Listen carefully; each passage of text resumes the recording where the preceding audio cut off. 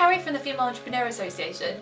So in the last video I was talking about commitment, about committing to an idea, because when you commit to an idea, amazing things happen, strange coincidences happen. People just arrive in your life at the exact moment you need them to make something happen that you would never have imagined. And I know this because when I committed to the idea of doing the Female Entrepreneur Association, amazing, weird, crazy stuff started to happen that's continued to happen ever since I've been committed to it. And committing was one of the biggest things I did. But around the time when I started the Female Entrepreneur Association, there was a couple of other things that I did which literally changed my entire life. And so over the next couple of weeks I want to share with you some of these ideas that I implemented in my life which have changed everything. So I just want to quickly share my story with you so you know what happened before the Female Entrepreneur Association. So I started my first business, which was a mobile phone unlocking business, back in 2005 when I was studying law at the University of Birmingham. And I built this business up. When I graduated from university, I decided I was going to carry on building the business and I wanted to build it and take it global. So we were unlocking mobile phones all over the world. We were receiving 100,000 hits to the website every month, selling thousands of codes all over the world. I was 24 years old and I was making money even when I slept. And I thought that I would be really, really happy when I'd reached this success. But ultimately, when I got to that stage, I have never been more unhappy in my whole entire life. And so I spent a real long time feeling lost, feeling confused. I'd wake up in the morning just not knowing what to do with myself and just feeling like I was having a quarter-life crisis. And this went on for quite some time, and I tried loads of different things. I went travelling to Australia hoping to have an epiphany, did not have an epiphany, came back, felt even more miserable than before. And it wasn't until 2011 where I realised where I went wrong.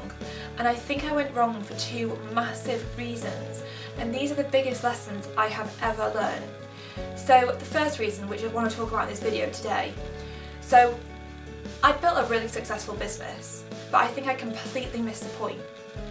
And I missed the point because I'd forgotten to take into consideration what my dream was in life, what it was that I actually wanted to achieve.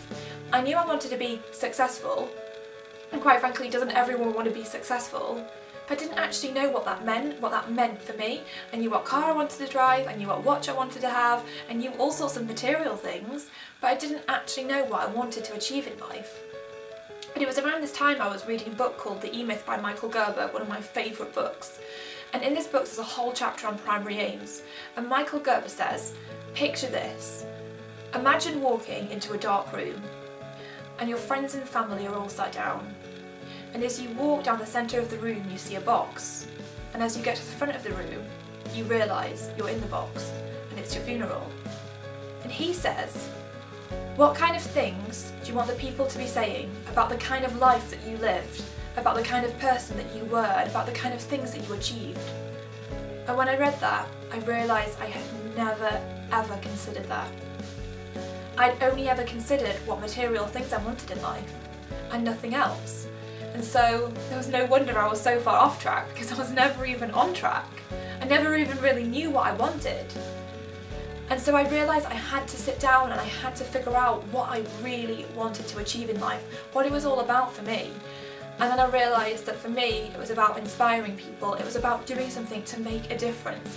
I wanted to be the person that when it comes to the end of my life people said, she really inspired me, she helped me to live an amazing life. That's what I wanted, and I never knew that before, and I certainly wasn't going to achieve it through mobile phone unlocking. And it changed everything.